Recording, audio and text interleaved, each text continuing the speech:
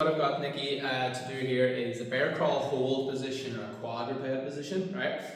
Hands directly under the shoulders, knees directly under the hips. Alright, maybe walk the hands out a little bit more or knees back on the leg. Yeah, stay. Okay, we've talked about the anterior pelvic tilt and the posterior pelvic tilt. So what she can do is do anterior show me, right? So that's not a good position to be in here, okay? So if we wanted to work on the posterior pelvic tilt slowly, just about there. So what she's got here, and I haven't mentioned it yet, neutral spine. So it's kind of the halfway point between anterior, go anterior again. Okay, and now show me posterior. There you go. Okay, so the difference is she's got rounding here in posterior and go anterior, and she's got arching here in anterior. We want to find the kind of sweet spot in between. So that's called the neutral spine. Now just remember, neutral spine, it's a range, so it's different for everybody, okay? So I know already from Nikki's position in here, she can get her tummy muscles tight, she could squeeze her glutes in this position, and she can keep everything engaged, okay? So from there, we are going to pop off the knees, and then there's going to be a little bit of stress now in the quads straight away. Now, my cues for this, toes into the floor, almost, let's bring the knees away from each other slightly. We'll pretend there's a band around the knees. So keep the feet back, sorry, where they were.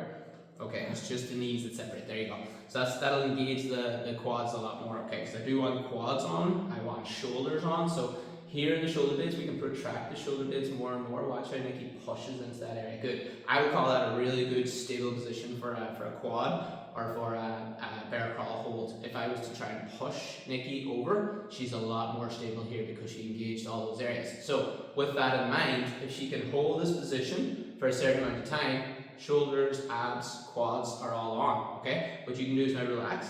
Perfect. Now, the next progression to that is going to be the shoulder taps in that quad bear crawl hold position, okay? So the idea is she's back in her position here again, and I say engage everything. So Nikki's going to protract the shoulder blades first, let the head hang down a little, about there. And then from there, she can go a little bit more tilt there, perfect. And when you're ready, you're going to pop up off the knees, perfect. And she knows to keep the knees just a little bit wider, quads are on, shoulders and abs.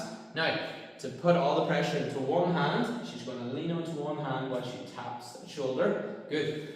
And go ahead, you can alternate. I always pretend I'm balancing like a tray of drinks or food or whatever on her lower back here, especially on the hips. And I say the less movement here, the better, because everything's going to be super, super stable and there's going to be less movement of the hips. So if you want to show me some bad reps, exactly. So you get the idea. Nothing's really happening there, but if you tighten, engage, everything is staying super strong and super tight in that position. Okay? And relax.